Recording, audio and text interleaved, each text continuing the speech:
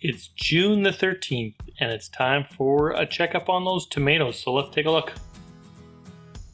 Here's our first plant in the second row. That's the sardine plant, looking really good.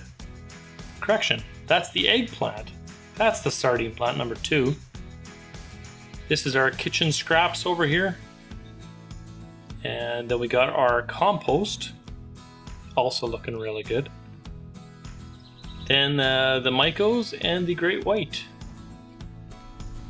All the plants are looking really healthy this week. I've got lots of dark green lush growth, so they've really grown a lot in this last week. You can definitely see the plants are healthy and they're prospering. Row number 2, this is our plant with the egg at the bottom.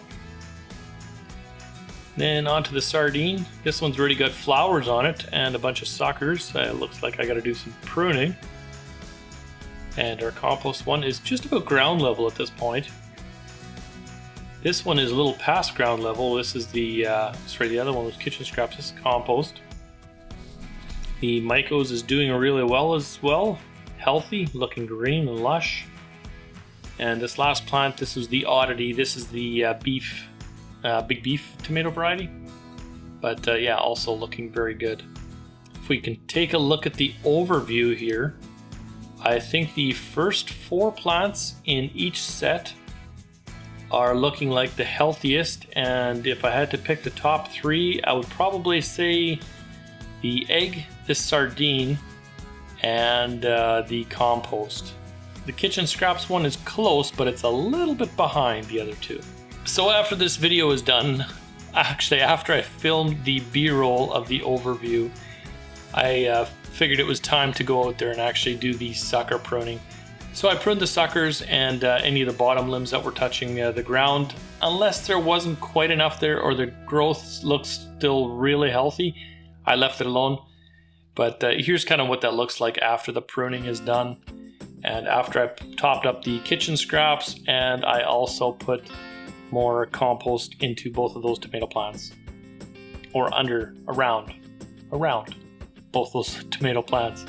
So for those of you that are kind of curious what my plan is with the suckers, I'm going to leave a sucker that's a little higher up, and I will take 2 main growth stems, grow them up, and anything past that I will just continue to trim off. So 1 main trunk and 1 sucker is going to go off, and those 2 are going to kind of prosper into fruiting plants, hopefully.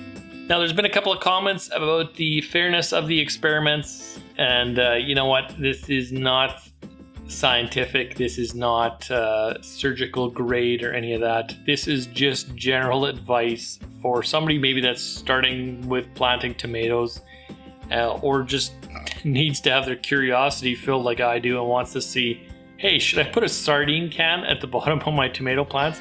Does it help? If that's what you're after, this is the right kind of experiment. If you want to see something really scientific, I'm not counting eggshells and I'm not going to be counting potato peels to make sure it's totally even. So there's my disclaimer. Anyway, hopefully you guys enjoyed the weekend or the midweek update on the tomato plants. Every week until they're done at the end of summer, you'll be seeing these videos so you guys can follow along with what I do with these things and take care of them and how well they do.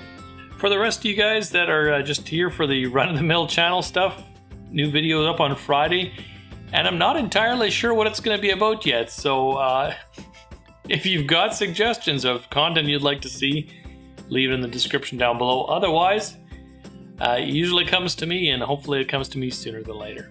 See you then.